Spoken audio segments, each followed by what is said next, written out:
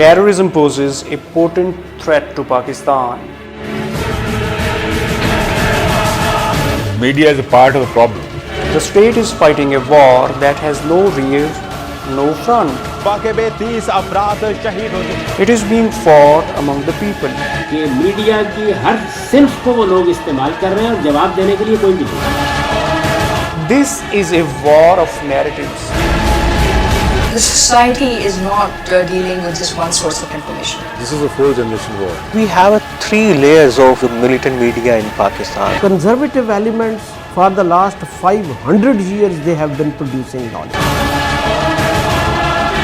They define militants as Allah ke sipahi. दहशतगर्दी को खत्म करना है.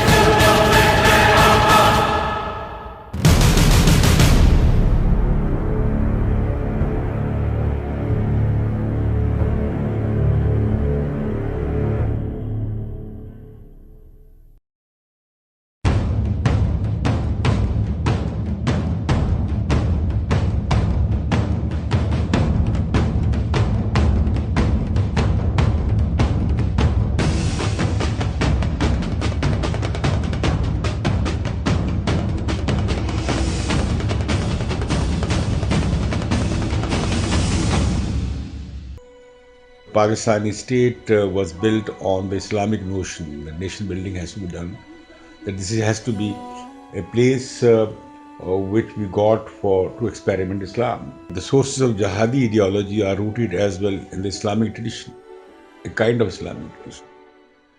That is, you can recall from Ibn Taymiyyah or from Salafis or from these Takfiris. So, then the jihad in Afghanistan. We became very active part of this. Historically, Pakistan since 1947 has had no socialist, no political agenda which reaches out to the common man. So the common man has increasingly turned towards religion and in the process has been captured by militant and radical elements.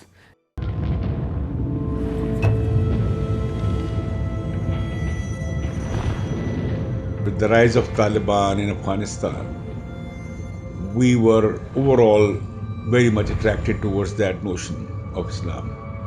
And thanks to the Urdu press, and Urdu press had a great influence on electronic media as well.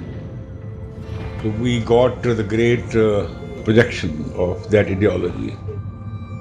They were appreciated and galvanized as heroes and great martyrs and revolutionaries. We are a country which has been the most affected country in terrorism.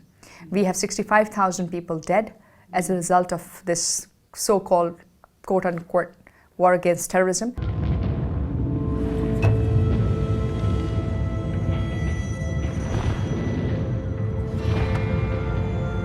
More than 124 publications within few years were emerged on the scene, and it has quite diverse from Arabic to Pashto, Urdu, and even in the regional languages. Right now we have three layers of the militant media in Pakistan. First part of the mainstream media are religiously inclined and more radically inclined. The second is the publications of the banned organization or the sectarian organizations.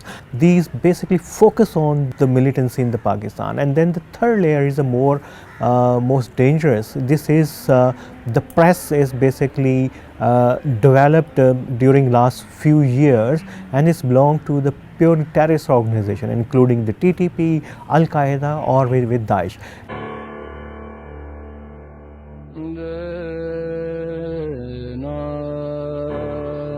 They have a range of publication for youth, for women, for kids. They have publication for the different professions, for lawyers, for the farmers.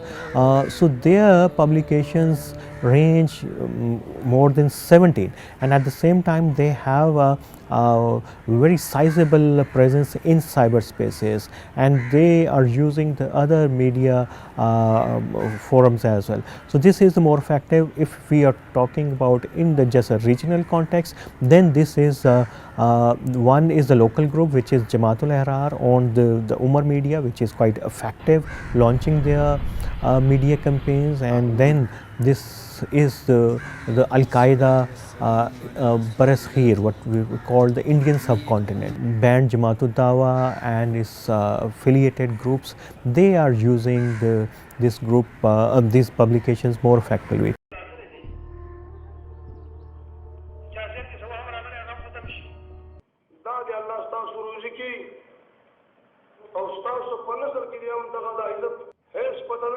कि ये गैर मामूली चीज़ है, ये दौरे हाज़र ने मैसर कर दी है।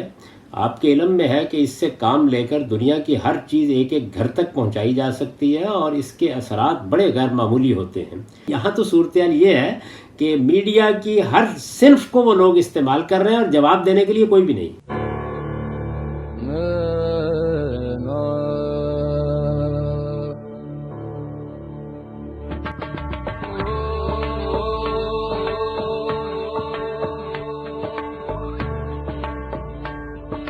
Majority of books published in Pakistan deal with religion.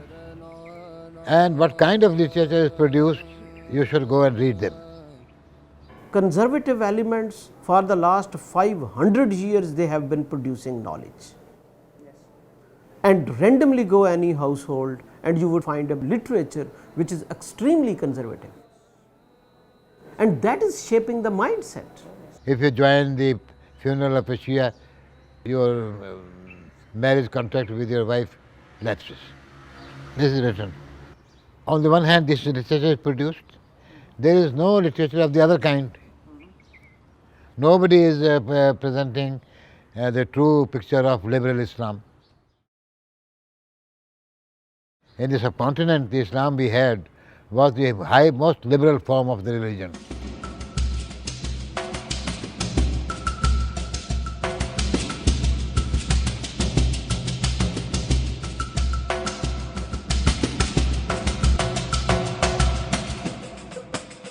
You must have noticed that while the military is doing this much, they have sympathizers in the society, they have sympathizers in the media, which perpetuates their narrative, their ideology or their worldview.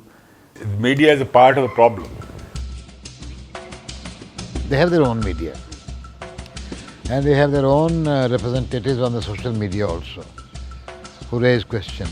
It is right, that they should not have blown up this mosque. But after all, what should they do? As some of the debaters on television, in discussion programs say, they are hard pressed, they are being attacked by drones, they are being attacked by Pakistan army, the shells are being used against them. What should they do? Militant media, in fact, is in many ways, it gets pushed up, it gets supported by the mainstream media. So when you get same kind of messaging, it confuses people. Media को इंसान चलाते हैं, जब इंसानों का जहन तब्दील होगा वो इस चीज़ को समझेंगे। चुनाचे मैं दानिश्वरों से यही कहता हूँ, मैं उलमा से यही कहता हूँ, मैं इस वक्त जो एंकर मुख्तलिफ प्रोग्राम कर रहे हैं उनसे भी यही कहता हूँ कि आज राह करम वो इन निकात पर अपने आप को एजुकेट करने के लिए तैयार हो जाए। इस वक्त सूरत-ए-हाल ये है कि उनको इसका शऊर ही नहीं है। वो यहाँ से बात शुरू करते हैं कि लोगों को मारना ठीक नहीं।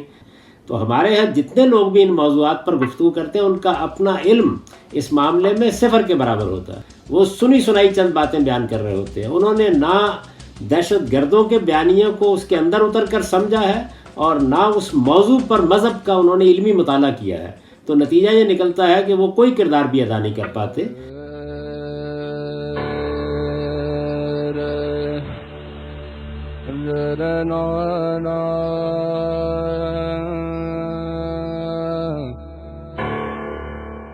Now, the militants don't have to say, go and kill people.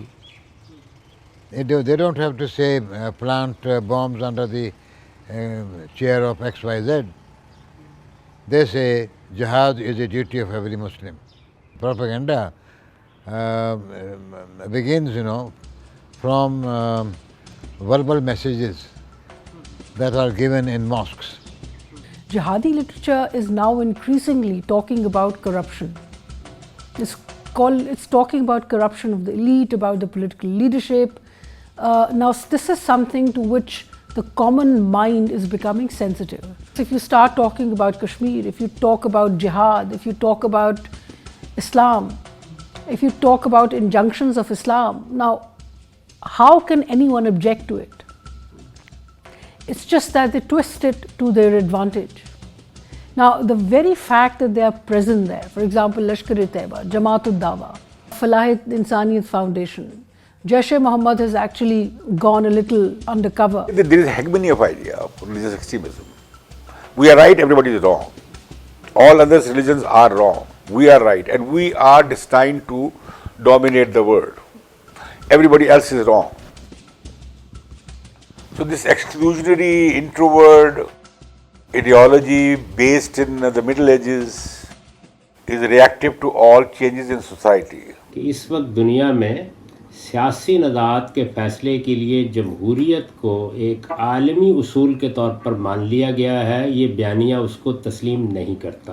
ये उसके मुकाबिल में खिलाफत का तस्वुर पेश करता है और ये कहता है कि इस वक्त भी जो 55 के करीब मुसलमान ममालिक वजूद में आ गए हैं, ये शरीयत की खिलाफ वर्जी है।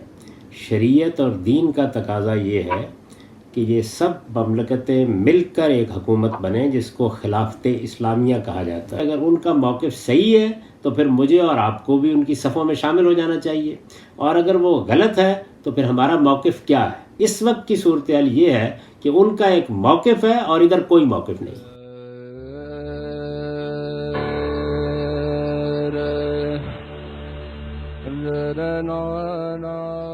The Americans are killing Muslims in Iraq, so we should kill them. Or a Pakistani soldier is helping American soldiers in Khyber Pakhtunkhwa, so we should kill him. And on top of everything, we have this now, the principle of takfir, that your name may be Muslim and you may belong to a Muslim family, but your actions according to them are not in accordance with Islam. So they have a right to kill you. They define militants as Allah ke sipahi. So religion has been made into a handmaid of opportunistic politics, and that is why all this confusion. The state has made the mistake of not confronting them at all, and has not been able to distinguish itself from their narrative.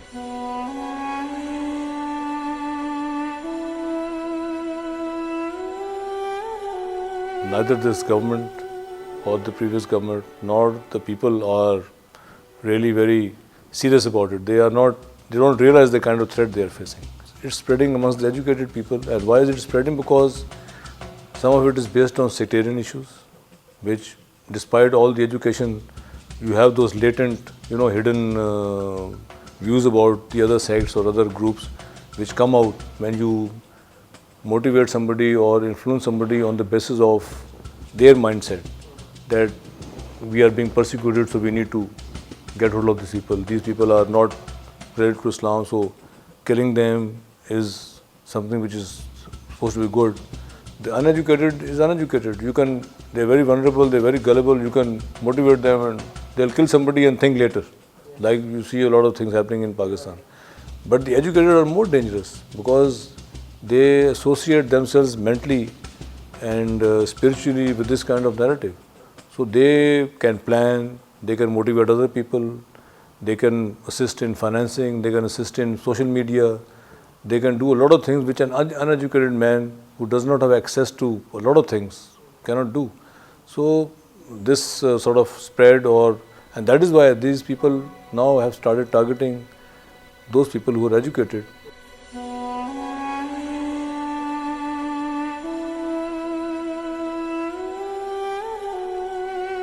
There are two classes in those educated, in those people who are educated or generally well-to-do. One is that people are educated but they are unemployed. There is a lot of anger, there is a lot of frustration. So somebody who has done his masters, for example, is looking for a job, can't find a job, the state can't help him. So you find this group ready to help him, give him financial support, and also exploit his frustration and anger, and so it's easy to channelize his activities. You don't give them anything. They don't have work. They don't have jobs. They don't have access to decent living. They can somehow get hold of a cell phone and listen to all kinds of things that are happening in the world. A good number of jihadis were recruited to these militancy organizations by what they heard in mosques. I think the government needs to be very cognizant about it, and I'm afraid they are not doing it because the education institutes being targeted is a dangerous thing because it spreads in the young generation, which is a very dangerous thing to do.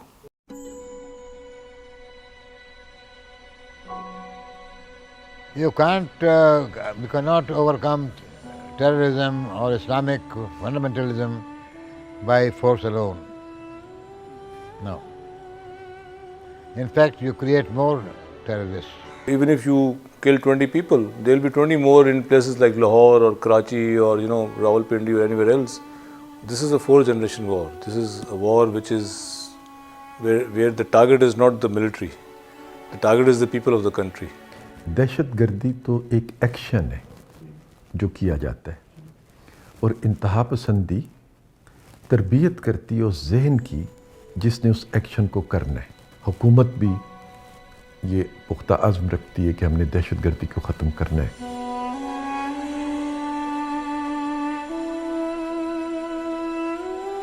In my humble opinion, the state and its functionaries have disqualified themselves from the task of confronting the militants. The state has no narrative.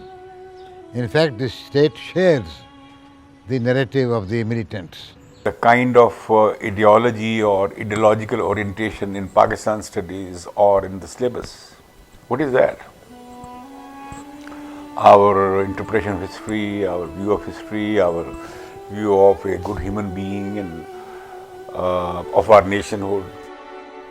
So the mindset being produced by the colleges, public sector colleges and universities, because of that syllabus and orientation, is not different from Madaris.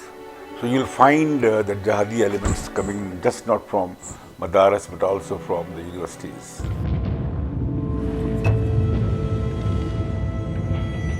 National Action Plan is a very big plan.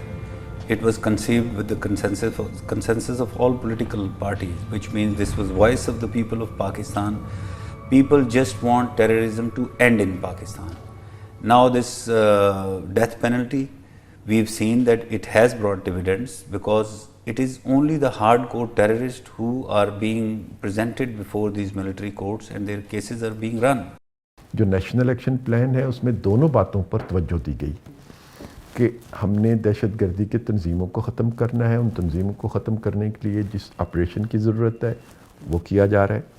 इंतहा पसंदी के जो बीज हैं उनको ख़त्म करने के लिए हेट मटेरियल जो हैं अवेलेबल थे मार्केट में उनको ख़त्म करना है। और आपके इल्म में है कि बहुत सी दुकानें जो हेट मटेरियल फ़रोख्त करती थीं किताब की शक्ल में, सीडी की शक्ल में, उनको बंद किया गया, हेट मटेरियल पर कब्ज़ा कर लिया गया।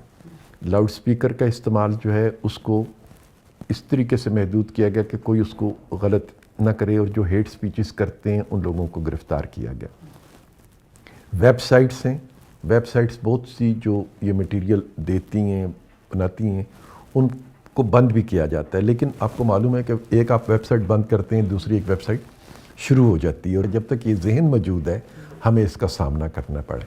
लेकिन रियासत जो है उसका अज़्म पूरा है कि हमने इंतहा पसंदी की तालीम, इंतहा पसंदी की तरबियत, इंतहा पसंदी को किसी भी ज़रिए से फैलाया जाए, खा वो लाउड स्पीकर हो, किताब हो, सीडी हो, वेब पेज हो, टेलीविज़न की स्क्रीन हो, फिल्म हो, उसको ना सिर्फ ये कि बर्दाश्त नहीं किया जाएगा बल्कि जो लोग इन कामों में मुलव्वस पाए जाएंगे उनको सख्त तरीन कानून के मुताबिक सज़ाएँ भी भुगतना होंगी। The state has several institutions which do nothing to counter this. The Council of Islamic Ideology promotes. The Institute of Islamic Culture, they don't get money to write or publish things. You will find that the military aspect of the NAP is being implemented. but not the main ideological, political, cultural, educational part of it is yet to be implemented.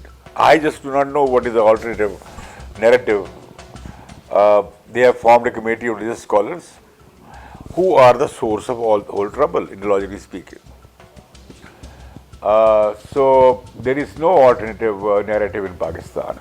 In Pakistan, you can have an Islamic television without even lessons, and the government can't stop that. Defeating this kind of narrative has to be a multifaceted and multi-tiered approach. I don't think state of Pakistan or civil society in Pakistan have made some serious effort to change the mindset.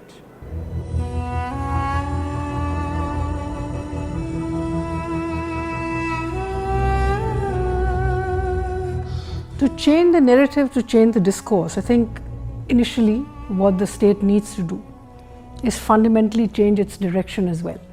We are assuming that these extremists are not logical, they are super logical, they're super rational. So when they'll see that the smart ones will look at it, they'll see, all right, where is the threat? How can I diffuse the threat, personal threat? Why not leave the country, why not leave the territory, or join someone who is legalized by the state, in the eyes of the state. So that's what happens.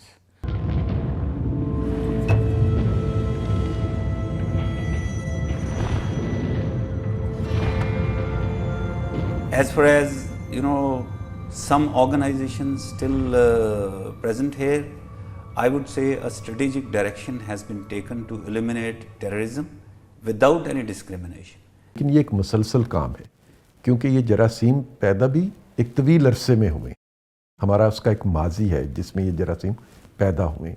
नए कवानीन बन सकते हैं, पुराने कवानीन जो मौजूद हैं अभी तो उनके ज़रिए से इस मामले को सहूलतकारों को काम करने से रोकने की और उनके काम को बंदिश लगाने की अमल जो है वो जारी है।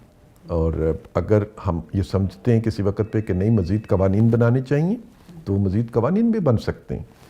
और कोई भी चैरिटी ऑर्गेनाइजेशन अगर किसी किस्म के इंतहा पसंदी में और दहशतगर्दी में सहूलतकार का किरदार अदा करती है तो उसके साथ भी वही सलूक किया जाएगा जो दहशतगर्दों की तंजीमों के साथ किया जाता है।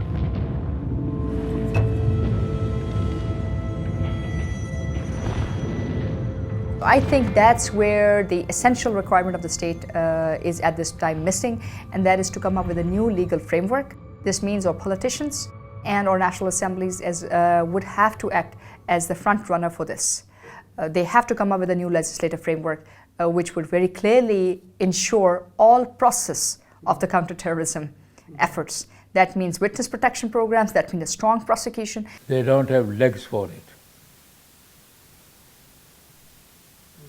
They are frightened out of their life, want to save themselves and their family. And as yet they are not coming back. That nation is more important. Unless the nation is there, they are not there. But what to them?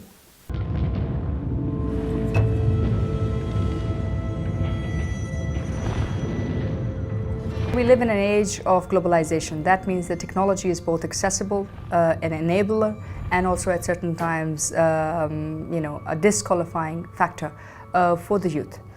When it comes to engaging with the propaganda tools of militant organizations, we have to understand the reality of the cyber domain in which we exist. No state in this era can actually come up with 100% space where cybersecurity can be maintained against such tools, even if it was United States of America. For the cyberspaces, of course, this is a more complex and critical challenge. This is evolving surveillance and monitoring mechanisms within the cyberspaces. This is the most difficult task, but it's a doable. The PTA, they can evolve certain mechanism to have a regular check on activities of these groups on social media.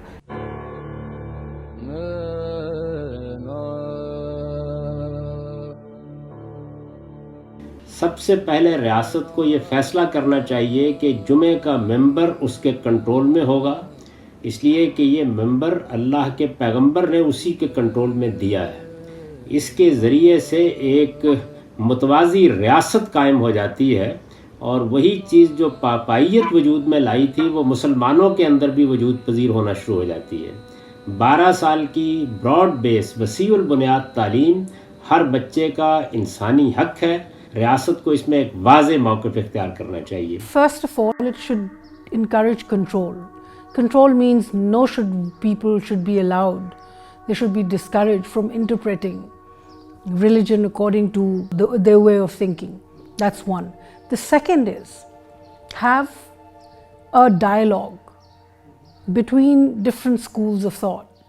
How do you separate this messaging, which is done in the garb of religion, from religion itself, and to tell people that what is happening here is basically they're playing with their minds rather than offering them what is actually condoned by religion. To defeat their narrative and ideology, you need to have a whole of nation approach. The military alone can't do it. The ISPR documentaries or movies or whatever you may call them have limited value because everybody knows it's the ISPR which is doing it. It's an individual effort, so to speak. ISPR needs to sort of integrate its effort with the national media, the provincial media, and the national and the Ministry of Information. And it has to be, in my view, the focal people needs to be in the Ministry of Information because that's at the national level. So unless you have local media, unless you have provincial media propagating everything in terms of literature, songs, or pictures, and everything, only ISPR's effort is not going to really make the difference. पहली चीज़ ये कि अपना एक मौक़िफ़ मुतय्यन करें, उसके बाद रियासत के पास बहुत ज़राए होते हैं। देखिए तालीम गाहें रियासत के पास हैं, मीडिया के ऊपर कंट्रोल रियासत कायम जब चाहे किसी हद तक कर सकती है। सियासी जमातें अपना मौक़िफ़ अपने मंशूर में बयान करें और फिर उसकी बुनियाद पर आवाम का मैंडेट लें। चुनाचे वो आवाम को एजुकेट करने का काम अपनी सियासी मुहिम में भी करेंगी और बाद में भी उनको पूरा हक है कि वो ये करें। Whichever group creates violence in the country, you will take action against that. You have to cut down on the networks which are financing, aiding and abetting. There has to be a level of trust building between state apparatus and the people. Because you can only win this war if the people recognize the fact that the state is standing with them and for them against those who are trying to create violence in the country. But if you lose the battle of trust, then one man's terrorist is another man's freedom fighter.